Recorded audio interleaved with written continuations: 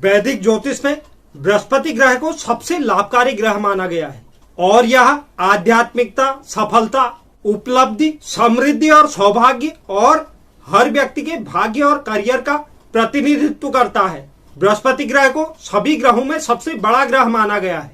बृहस्पति ग्रह का गोचर लगभग 13 महीने का होता है। यह सूर्य, चंद्रमा, मंगल, बुध और शुक्र की तुलना में सबसे देर तक एक राशि में गोचर करते हैं। इसलिए यदि बृहस्पति ग्रह अगर किसी राशि में 1 साल तक बने रहेंगे तो यह मानव जीवन पर कुछ न कुछ प्रभाव अवश्य डालेंगे। बृहस्पति ग्रह सबसे लाभकारी ग्रह है और ज्ञान, बुद्धि, कानून, गुरु, आध्यात्मिकता, धर्म, दर्शन, साहित्य और बुजुर्ग लोगों आदि का कारक ग्रह माना गया है। एक लड़की के लिए बृहस्पति उसके पति का प्रतिनिधित्व करता है।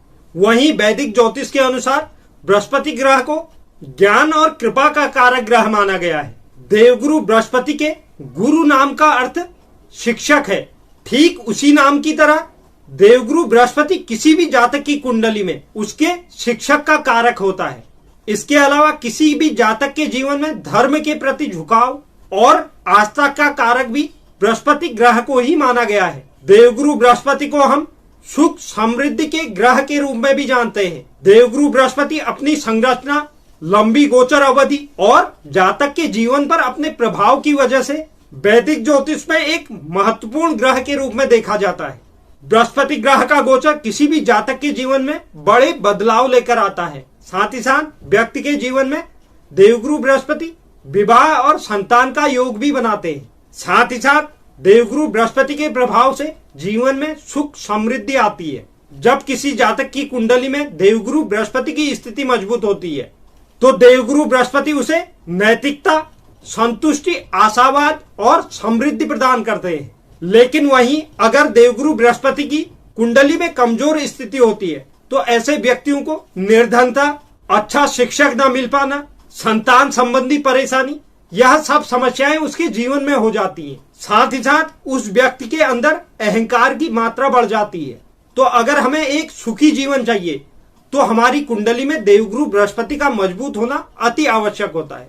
साथ ही साथ हमारे जीवन में यह उस समय और ज्यादा प्रभावी हो जाते हैं जब इनका गोचर अपनी उच्च राशि, अपनी स्वराशि, अपनी मित्र राशि या अपनी नीच राशि या शत्रु राशि में होता है। तो देवगुरु बृहस्पति हमें शुभ या अशुभ रूप से हमें प्रभावित करते हैं। अब यही देवगुरु बृहस्पति अपनी नीच राशि मकर राशि में 18 अक्टूबर 2021 को सुबह 11:39 पर मार्गी होने जा रहे हैं। देवगुरु बृहस्पति के अपनी नीच राशि में मार्गी होने से हमारी जो 12 राशियां हैं उसमें से प्रथम की 6 राशियों के बारे में मैं कल की वीडियो में आपको बता चुका हूं। बाकी बची हुई 6 राशियों के बारे में मैं आज चर्चा करूंगा, जिसमें तुला, वृश्चिक, धनु, मकर, कुंभ, मीन, इन 6 राशियों के बारे में आज की वीडियो में चर्चा करेंगे।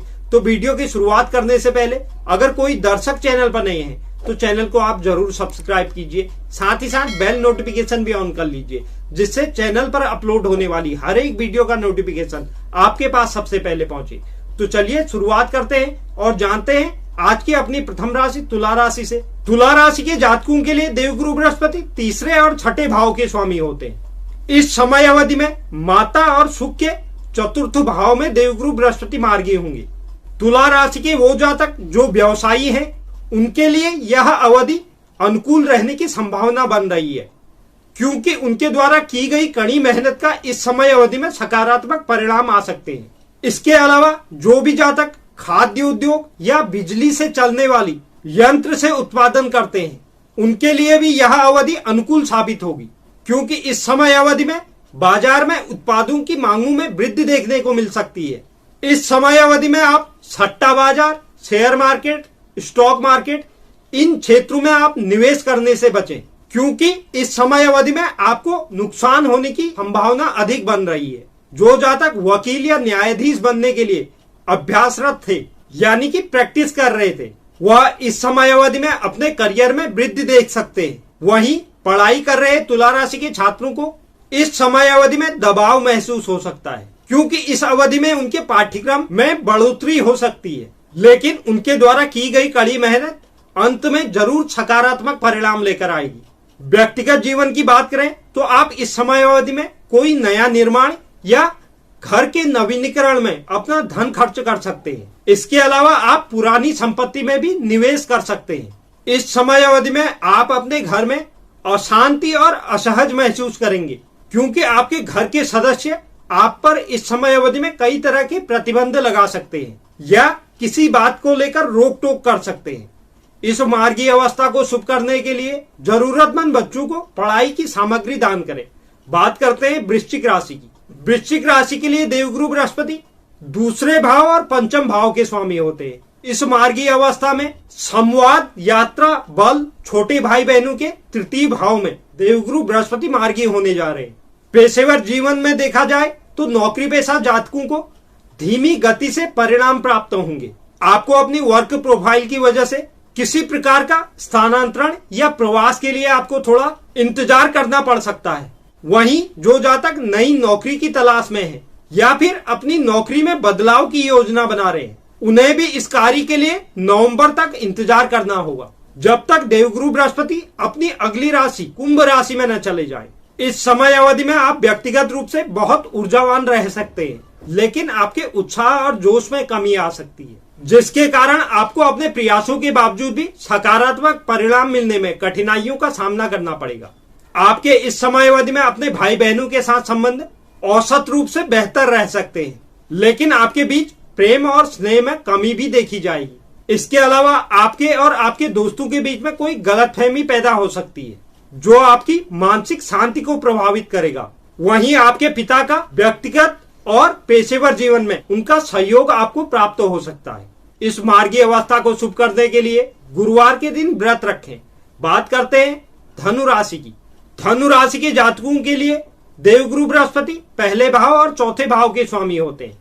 इस समय अवधि में कुटुंब, वाणी और धन के द्वितीय भाव में देवगुरु बृहस्पति मार्गीय होने जा रहे हैं। इस समय अवधि में व्यक्तिगत जीवन में आपके आसपास की परिस्थितियों में आप सुधार होता हुआ देखेंगे। इस समय अवधि में आप अतीत की सभी समस्याओं का हल पाने में सक्षम रह सकते हैं और मानसिक रूप से भी खुद को तनाव मुक्त महसूस करेंगे। इस समय अवधि में आपके संवाद करने की शैली में भी निखार आ सकता है। धनु राशि के जातकों को इस समय अवधि में अपने परिवार के दबाव के कारण संबंधों में कुछ उतार चढ़ाव आ सकते हैं, जिसके कारण आपको तनाव का सामना करना पड़ेगा। तो आपको इस समय अवधि में अपने जीवन साथी के साथ थोड़ा समय बिताना है और जो गलतफहमियां पैदा हो रही है उसे आपको निपटाने की कोशिश करनी है, अन्यथा आपको अपने रिश्ते में कुछ बड़ी परेशानियों का सामना करना पड़ेगा। पेशेवर रूप से देखा जाए तो नौकरी की तलाश कर रहे जातकों को एक अच्छी नौकरी पाने के लिए अभी कुछ समय इंतजार करना पड़ सकता है। जो जातक पूर्व से किसी बीमारी से पीड़ित है, इस समय अवधि में उसे राहत मिल सकती है। इस मार्गीय अवस्था को शुभ करने के लिए माथे पर केसर का तिलक लगाएं। बात करते हैं मकर राशि की। मकर राशि के लिए बृहस्पति तीसरे और 12वें भाव के स्वामी होते हैं। इस मार्गीय अवस्था में आत्मा के प्रथम भाव में देवगुरु बृहस्पति मार्गीय होने जा रहे हैं। इस समय अवधि में मकर राशि के जातक अधिक व्यावहारिक हो सकते हैं और किसी भी कार्य को करने से पूर्व आप उसे बहुत अच्छी तरह से समझेंगे।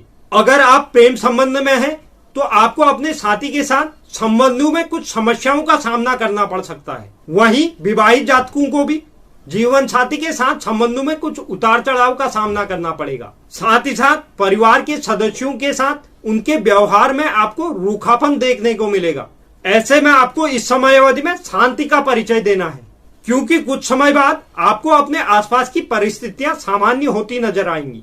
आर्थिक दृष्टिकोण से अगर हम देखें तो इस समय अवधि में आपको किसी भी प्रकार का निवेश करने से बचना है, क्योंकि इस समय अवधि में आपको नुकसान होने की आशंका बन रही है। साथ ही साथ इस समय अवधि में आपको किसी को भी उधार में कोई पैसा नहीं देना है और साथ ही अपने बहुमूल्य चीजों को अच्छी तरह से संभाल के रखना है, क्योंकि इस समय अवधि में कोई चोरी या नुकसान की संभावना बन रही है।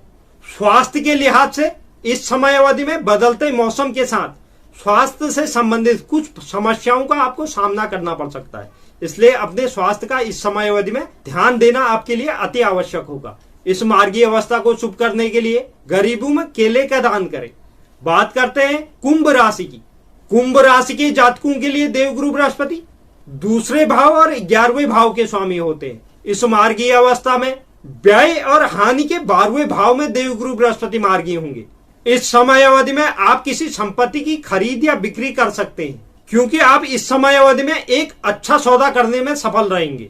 साथ ही साथ लंबे समय से चली आ रही स्वास्थ्य समस्याओं का भी आप इस समय अवधि में समाधान पा सकते हैं। व्यक्तिगत जीवन की अगर बात करें तो इस समय अवधि में आपका जो झुकाव रहेगा वह आध्यात्मिकता की ओर रहेगा। इस समय अवधि में आप अपने मानसिक स्वास्थ्य को तंदुरुस्त बनाने के लिए आपको योग और ध्यान का सहारा लेना चाहिए।